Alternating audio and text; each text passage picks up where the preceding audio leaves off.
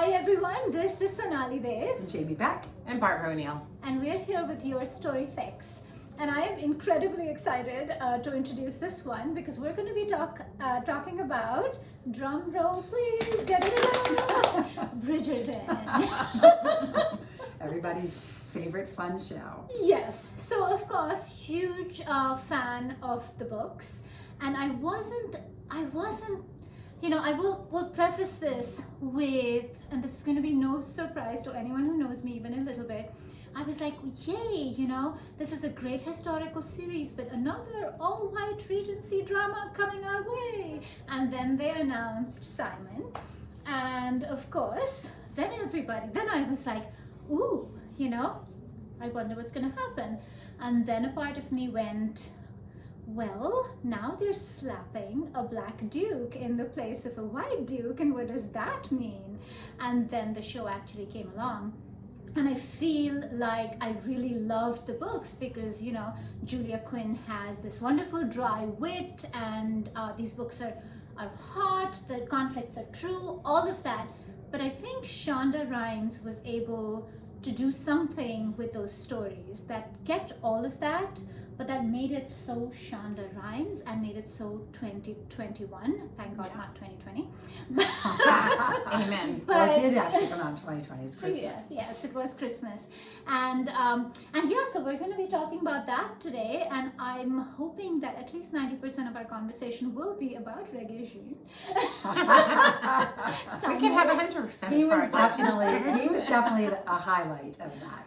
So, I agree with a lot of what you just said. But I would say, and this is just for me a lot with some of the Shonda productions, I did actually feel, for me as a fan of the series of books that I read eons ago, so I don't remember the details, and I didn't need the books to exactly, the show to exactly match up with the books, but I did feel like the production value was so huge that it kind of, the witty, bubbly humor in the books got lost a little bit for me in the production. And I can liken it to like a song, when you hear a highly produced song and then you hear the acoustic stripped down version, the difference. And that's how I feel like the Shonda, it was a visual feast, it was a musical feast, it was not only a visual feast from the costuming and the beautiful filming, and when the trees, all the flowers were, oh my gosh, it was lush, and the costuming was lush, and the people were beautiful. He's gorgeous, and the other people. So it was so stimulating in every way that I felt like a lot of the dialogue and stuff almost got lost in all of that, and it didn't feel like the books to me from that perspective, but I did I watched it over a day and a half. I ignored my mother, my daughter, my kids. We were at Christmas, we were up in Vermont, and I basically laid on the couch.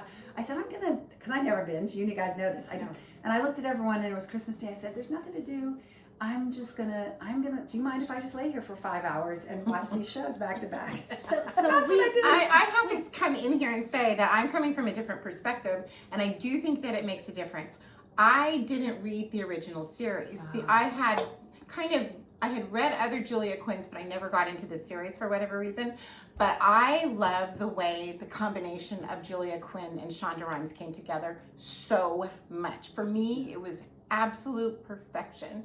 And I think that one of the things that came out so well in the combination of the two of them was the romantic tension, which was played better than almost anything I've ever seen on television or in the movies, except for Outlander, which they also pulled that in for the female gaze, that lovely, lovely female gaze tension, the sexual tension from that level was beautiful. But yeah, and I'm gonna, to your point, I feel like this is almost, this is an important show for the romance genre. It is, for absolutely. sure. And there's something metaphorical in there, because to me, one of the great joys of reading romance is the heightened level of feeling everything, right? You have no escape from your feelings. There's no subtlety in romance. There is, but even the subtlety is pitched high up there. Right. And that's the joy of it. And I think to transfer that, so very often when romantic books are transferred onto screen, they're dulled down, They right? are. So you try to kind of put a patina on them, you kind of try to, dull their shine to be more universally consumable, and Shonda did the opposite of that. She said the soul of romance is this mad escapism, and here Right. I'll give you that times 100. And so Right. that was, and I think that there was no escape from it, and that's why it was so spectacular. But I mean, she has a history of that. Like, she has a really Yes. good touch with romance and what it is that we want from romance. Like, it's not like she's coming into this, like, Yes. without any credentials of her own. She really does this very well, and It's that's all why her- it was yeah. such a magical combination of storytellers. Exactly, and I think their strengths, right? And the fact that, and I think that I wonder if there really is a way to predict what's going to happen. Like, some of it is just the chemistry of the two storytellers sitting on top of each other that just happened. Right. I I mean, mean, what- that just came together in this beautiful, magical way. and the casting, like that was Was really well every done. one of them. Yeah. I mean, I don't think there's I know there were some people who thought Violet wasn't how Violet was in Yes, the that was books. another that one you? of my. That was another one of my problems, because in the books I felt like the mother was a much stronger, in her own, much more confident, like a quiet kind of confidence, and the real center of her family. And in the show, she came off less than that. I felt like her kids were like running around her, and she seemed a little bit more nervous, for want of a better word, than she does in the books, to my memory. But they did change She things, felt like a little more real though because of it. I think it was, she felt well, more again, like she wasn't as perfect of a character as Violet is in the books, and I think that adding that slight edge to her was actually really great. I don't think this is necessarily always about, like, was the book better or was the Of movie course, better? I yeah. had a big argument recently with one of our other friends about Outlander, who said, well, obviously Outlander is horrible. And I was like, I loved Outlander so much, and I did read the book. I thought the books were really, really, really, really, really long.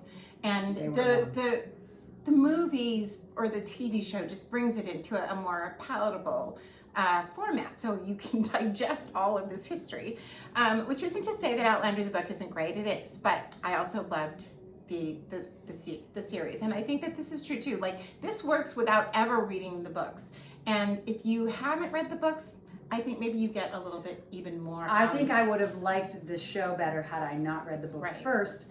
And then if I went and read the books later, then I would have had the show in my mind, and I Yeah, would have yeah. colored the books. But having, and the other thing is, I wish that she would have known that they were going to pick up more series, so that the Lady Whistle Feathers? down. Whistle down. Whistle down. There you go. I almost had it. Whistle. So- something. I think you had to, because I think so again, in TV, I think a season has to be I don't think you could have gone, and of course I think, If she they knew it was going knew to happen, but that if she it's was not getting guaranteed. picked up those. Well, there's no guarantee, but I think that it would have been disingenuous to that season's integrity to not have that. I agree. answer. I agree. I don't, You know, I because mean- half of the fun of like the series was wondering who was Whistledown, and like in the other books, that's a big part of the story, is who is Whistledown, and like Again, Can is you this say- about the books or is it about the movie? I mean, Well, like, I think that that's kind of part of the discussion. yeah, I guess it's hard for me because those were the books that kind of really got me into Ah. more like romance today, and so I really really liked the books, and so I it love the was books. hard for me to separate the changes and whatever, because like the tone, everything was different, and I enjoyed the show very much. I would have enjoyed the show more had I not read the books first. I have just to know- say I know that about me. one of the things that I really want to get in here is the thing that made it really amazing for me was that the way she mixed this multicultural society together. I know that there have been criticisms that, like, well, Britain, the real history wasn't like this at all, but I thought they gave enough of an explanation that you could buy it. Oh, So that totally if buy you it. were like a girl of color reading these books when you were 14 years old and you saw this thing, then you would see yourself in there. I thought that was really great the way that they pulled that off, and I loved him. So I He think was so good. to that point, two things. One is that naturally Shonda Rhimes being Shonda Rhimes, she didn't just color a character in, right? Right. She actually tweaked the history the conflict itself enough for it to make sense, for it to be relevant, for it to be important without taking away from the escapism. I think that's important as a diverse author, because I feel like this lie, this narrative that you're fed, that you cannot tell an escapist story because you're taking away from the experience, or brown people don't have fun, it's none of that was my like I was saying, like, it was just the production. I had no issue with any of that, and I agree with you that they did a great job of like with the Queen's history and the whole thing, and I totally had no issue with that. Also for me, it was just this big production, and I just felt like I think Julia Quinn's writing has this smart, snappy, witty humor, and for me it was muted by all the other stuff. That was my biggest criticism. So with Outlander, that was one of my things where I felt like the Claire's voice, which was so clever and so funny, did not translate. It didn't. I agree so with you there. That was but I didn't feel that way. I mean, but we're talking about a different thing entirely. But I do think it was in there. So, but in this, but coming back to what I was saying before about the fact that she didn't just color in this character, and the whole criticism that this is not real. Yeah.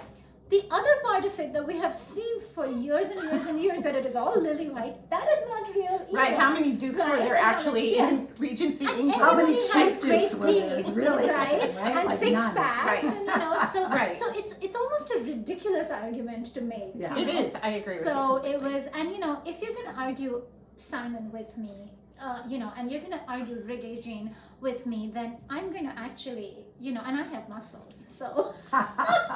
There's no arguing from me.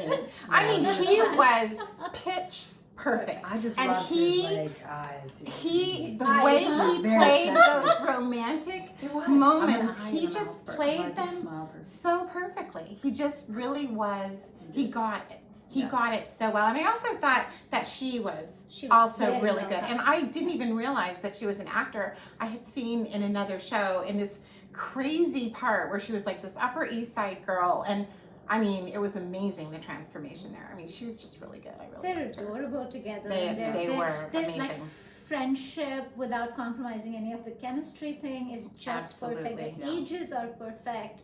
It's it was just really well cast, and I think the rest of the siblings are perfectly cast. Like I cannot know. wait for Anthony. I really can't wait.